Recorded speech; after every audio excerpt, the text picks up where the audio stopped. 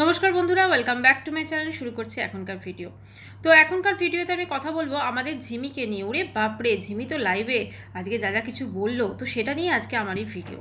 ঝিমি লাইভে যেটা বলতে চাইছে মেনলি, যে ওকে মানে রিতম আসতে হবে, এসে ওকে রিকোয়েস্ট করে ওর বাবা মার থেকে ওকে নিয়ে যেতে হবে। কথা হচ্ছে যখন এসেছিল তখন ওর মা নিয়ে এসেছিল, এবং সেখানে মা বোধহয় ছিল, মাসি ফাসি আরও ছিল, নিয়ে এসেছিল, এবং সেখানে মানে ওদের যা কিছু ঘটেছে, এই যে ওর মা বা বাবা ওর জামাই সম্পর্কে যে যে কথাগুলো বলেছে, আমরা অনেক কিছু দেখেছি। ওর বাবা ঝিমির যখন ওখানে ঝগড়াঝাটি হচ্ছিল, এই হচ্ছিল, দুদিন পরপরই এমএ পাল্টি খায়, ঠিক আছে। সেখানে যেভাবে মানে ঝিমি বলছিল এবং ওর বাবা বলছিল এবার স্টেপ নেবে তো, ঠিক আছে, ঝিমি বলছিল হ্যাঁ হ্যাঁ নেবো এবারে। সেটাকে রেকর্ড করে সেটা ছাড়া হয়েছে আমাদের কন্ট্রোভার্সি ক্রিয়েটারদের ইয়েতে। তো সেগুলো অনেক জায়গাতে অনেকের চ্যানেলে সেগুলো শোনানো হয়েছে। তো এছাড়াও আমরা দেখেছি যখন ঝিমি ওখানে সংসার করছিল তখন কিন্তু ওর মা পৌঁছে গেছিলো। দেখুন, বাকিরা গেছে তারা অবশ্যই যেতে পারে, কন্ট্রোভার্সি ক্রিয়েটার ছিল, বা আরও যারা যারা গেছেন তাদের ঝিমির মা রিকোয়েস্ট করে নিয়ে গেছে, ঠিক আছে।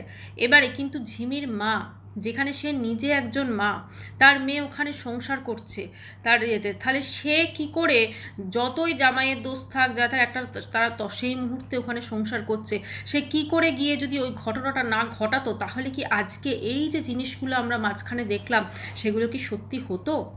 হয়তো অন্যভাবে হতো, হয়তো প্রতিবার যেটা হয় যে ঝিমি মানে ইয়ে খায় আবার কিছুদিন ওখানে থাকে, কিছু এইটা আমরা দেখতাম। কিন্তু এই যে টোটাল এত বড় একটা জিনিস হলো, এবং এটাও তো ঠিক আজকে এই যে রিতম বলে যে ছেলেটি, এই ছেলেটির মানছি প্রচুর দোষ আছে, সে অনেক কিছু অনেক কন্ট্রোভার্সি করেছে, এখন অনেক কিছু সে করছে, সেটাও আমরা শুনতে পাচ্ছি।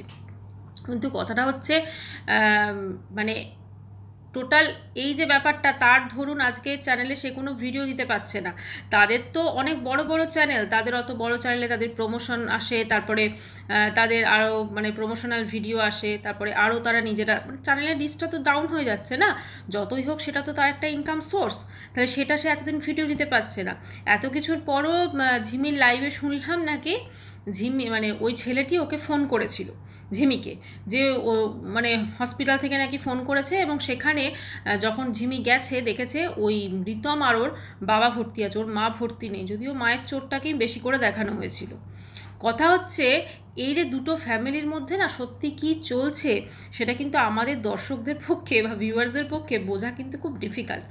আমাদের সামনে আজকে ধরুন ওই ছেলেটি কেন ঝিমিকে ফোন করতে গেছে, বা ও কেন এখন এই জিনিসগুলো কেন আবার করছে, এই যে শুনছি মাসিকেও নাকি ফোন করেছিল, ওই মাসি সে তো লাইভে বসে আজকাল অনেক কিছু বলছে।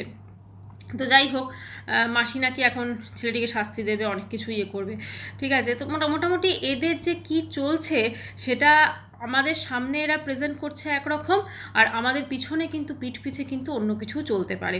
কারণ আজকে ঝিমি যেভাবে বলছে, মানে যে পরিষ্কার সে বলছে আমি তো তার ওয়াইফ, আমার প্রতি তো তার একটা মানে রাইট আছে, আমাকে তো সে মানে নিয়ে যেতে পারে, ঠিক আছে। মানে যেন কি ওখানে যখন ছিল কি কি করেছে। আরেকটা জিনিস ওর সব থেকে খারাপ লাগলো, ও কিন্তু ওখানে রিতমের মাকে বা বাবাকে বলছে যে ওর মা বাবা।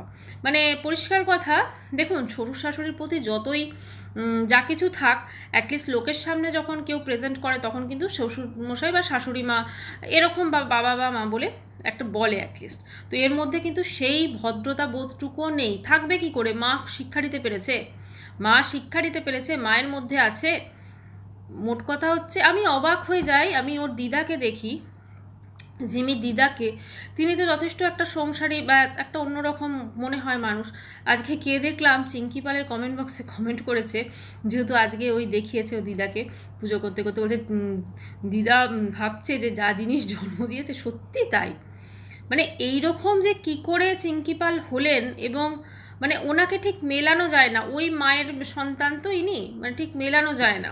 যাই হোক, তার জন্যই আজকে ঝিমির এই সিচুয়েশন। কথা হচ্ছে যে এই মেয়েটার কোনো রকম কোনো কিছু হেলদোল নেই। স্বামী ওখানে মার খেয়েছে, সে বলছে আমি জানি না, আমি অত ঝামেলা দেখি না, ঠিক আছে, আমি অত ঝামেলা দেখি না। এটা ডাহা মিথ্যে কথা বলেছে, সমস্ত কিছু ও দেখেছে, সমস্ত কিছু ও দেখেছে, কিন্তু ও আর সেখানে হয়তো খোঁজখবর নেয়নি বা কিছু, বা নেওয়ার প্রয়োজন বোধ করেনি। যেহেতু রিতম ফোন করেছে হয়তো তারপর গেছে। এবার দেখুন, মনের মধ্যে ভালোবাসা অবশ্যই দুজনের মধ্যে থাকতেই পারে, তা যদি সেটা থাকে, এত কিছু কাণ্ড হওয়ার পর ওই ছেলেটার তো মোটামুটি এই পুরো ঘটনাটা দেখতে গেলে সে তো সব থেকে বড় লুজার না। তার তো সব কিছুই ধরুন চ্যানেলে সে এতদিন ভিডিও দিতে পারছে না, সে মারও খেয়েছে, মানে মাসিদের সঙ্গে তার সম্পর্ক যথেষ্ট খারাপ হয়ে গেছে।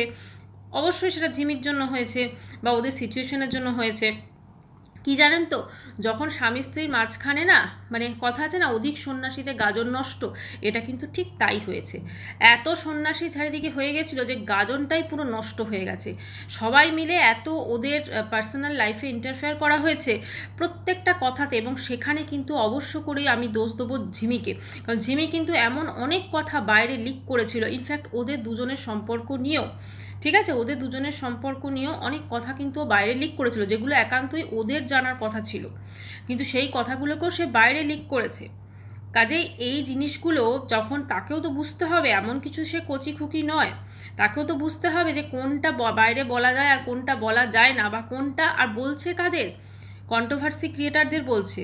তাহলে তারা তো সেটাকে নিয়ে কন্টেন্ট বানাবে। আজকেও লাইভে বসে বলে যাচ্ছে যে আমরা যদি একসাথে আবার থাকি সংসার করব, এই করব ওই করব, কারণ কন্ট্রোভার্সি ক্রিয়েটার একটা কিছু পয়েন্ট পেলেই সেখান থেকে কন্ট্রোভার্সি শুরু করে দেয়।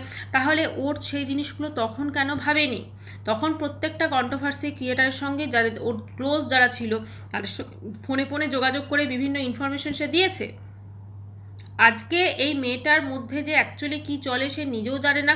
এবার ধরুন সে আবার ওখানে শ্বশুরবাড়ি যাবে, আবার কিছুদিন সংসার করবে, আবার বলবে আমার উপর টর্চার হয়েছে, বা ছেলেটি হয়তো অন্য কিছু বলবে। কাজে এদের নটঙ্কি সত্যি কথা থামার না, মানে এরা কি সত্যি সত্যি সংসার করতে পারবে? কারণ এদের তো একটা আবেগ, ঝিমির তো দেখছে একটা আবেগ, মাঝে মাঝে আবেগটা ওঠে আবার চলে যায়, আবার কিছুদিন থাকে আবার চলে আসে, এইভাবে তো সংসার হয় না।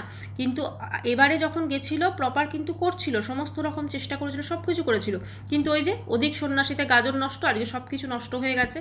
তো যাই হোক বন্ধুরা, এটা একটা ছোট্ট করে ভিডিও করলাম, ঝিমির লাইফটা দেখলাম। একটাই বলবো, যদি সত্যি ঝিমি যেটা ভাবছে যে ওর হাজব্যান্ড ওকে এসে, মানে যেরকম আমরা দেখেছি রিতমকেও, ও আসবে এসে ওর বাবা মার সঙ্গে, মানে স্পেশালি ওর বাবার সঙ্গে কথা বলে নিয়ে যাবে, এটা কিন্তু মানে কি বলবো, অসম্ভবই লাগে সব কিছু দেখে। কারণ ওর বাবা যে টাইপের, মানে ওর বাবা আর কি, যেটা স্টেপ ফাদার চিঙ্কি কাকু, তো সে যে টাইপের, সে রিথমকে মন থেকে মনে হয় না কোনোদিন মেনে নেবেন বা কিছু।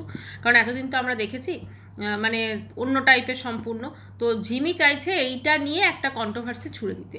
এটা ওর মাও দুদিন পর শুরু করবে, কারণ মা তো মেয়েকে আসতে দিতে চায় না। মা তো ওখানে মেয়ে যতদিন থাকবে, মেয়ের ফেস ভ্যালুতেই তো তার চ্যানেলে ভিউজ হবে, মেয়েকে দেখালেই তো হয়ে গেল। একটা চাদর পেতেছে, সেইটা মেয়ের পছন্দ নেই, সেটা দেখাচ্ছে, সেটাই হয়ে গেল। আর অত বড় একটা মেয়ে, ঘরে চাদর ফাদর, ঘরটাকে খুঁচোচ্ছে, অন্য কাজের লোক, কেন ও করতে পারে না? যাই হোক, এটা ওদের শিক্ষা দীক্ষা। একটাই বলবো যে যাই হোক যেন ভালো হয়। তবে এইটা নিয়ে মনে হচ্ছে যেন একটা নতুন আবার কিছু শুরু হতে চলেছে। যাই হোক, আমরা তো বসেই আছি সেগুলো দেখার জন্য আর সেগুলো নিয়ে কথা বলার জন্য। তো যাই হোক, ভিডিওটা এখানেই শেষ করলাম। সবাই খুব ভালো থাকবেন। চ্যানেলটি ভালো লাগলে অবশ্যই করে সাবস্ক্রাইব করার অনুরোধ রইল। বাই।